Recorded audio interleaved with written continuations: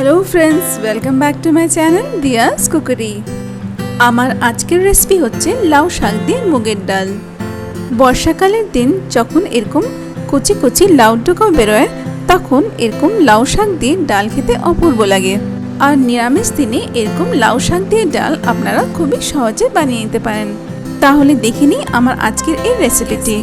গ্যাসে কড়াই গরম বসিয়ে দিয়ে আমি এখানে 1 কাপ মুগ ডাল ভালো মতন ভেজে নেব। মুগ ডাল ভাজার সময় ক্রমশ খুন্তি দিয়ে নেড়ে যেতে হবে, তাহলেই সমস্ত মুগ ডাল একরকম ভাজা হবে। কিছুক্ষণ ভেজে নেওয়ার পর ডাল যখন এরকম সোনালি রঙের হয়ে আসবে, তখন কড়াইতে জল দিয়ে আমি ডালটা ভালো মতন ধুয়ে নিচ্ছি।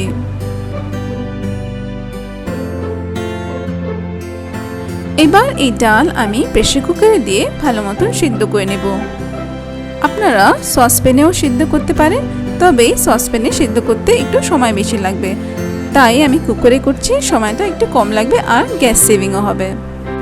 ডালের মধ্যে 1 কাপ জল অ্যাড করে দিয়েছি আর দিয়ে দিচ্ছি 1 টিস্পুন সর্ষের তেল।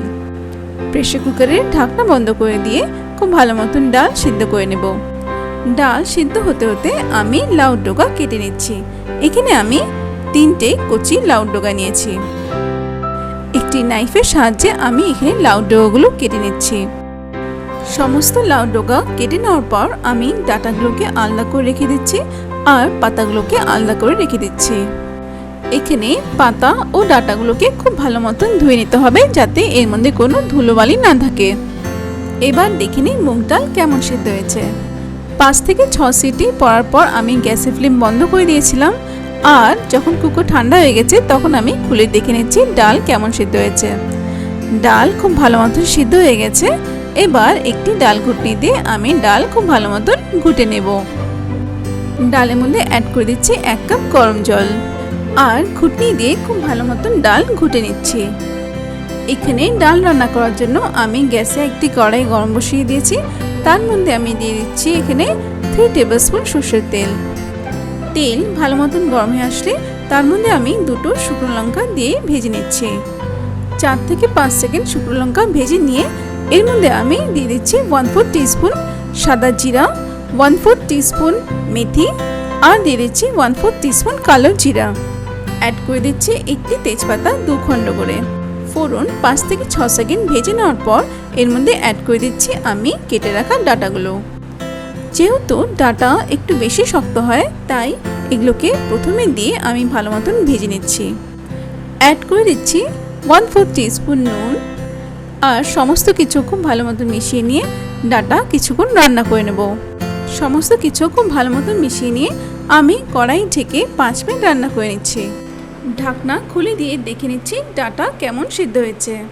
ডাঁটা যখন কিছুটা সিদ্ধ হয়ে আসবে তখন এর মধ্যে অ্যাড করে দিতে হবে লাউর শাক পাতাগুলো।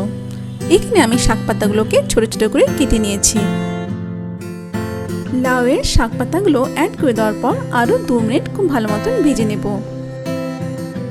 শাক পাতা ভালো মতন ভেজে নিয়ে আমি কড়াই থেকে আরও 5 মিনিট লো হিটে রান্না করে নেব। 5 মিনিট পর ঢাকনা খুলে দিয়ে দেখে নিচ্ছি শাক পাতা কেমন সিদ্ধ হয়েছে। এখানে ডাঁটা ও পাতা অনেকটাই সিদ্ধ হয়ে এসছে, তাই এবার এখানে অ্যাড করে দেব সিদ্ধ করে রাখা ডাল।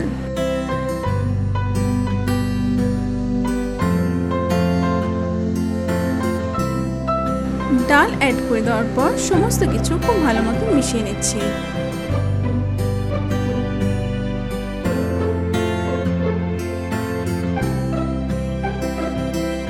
এবার এই ডালের মধ্যে অ্যাড করে দিচ্ছি 1 টিস্পুন নুন আর দিয়ে দিচ্ছি 1/2 টিস্পুন হলুদ গুঁড়ো।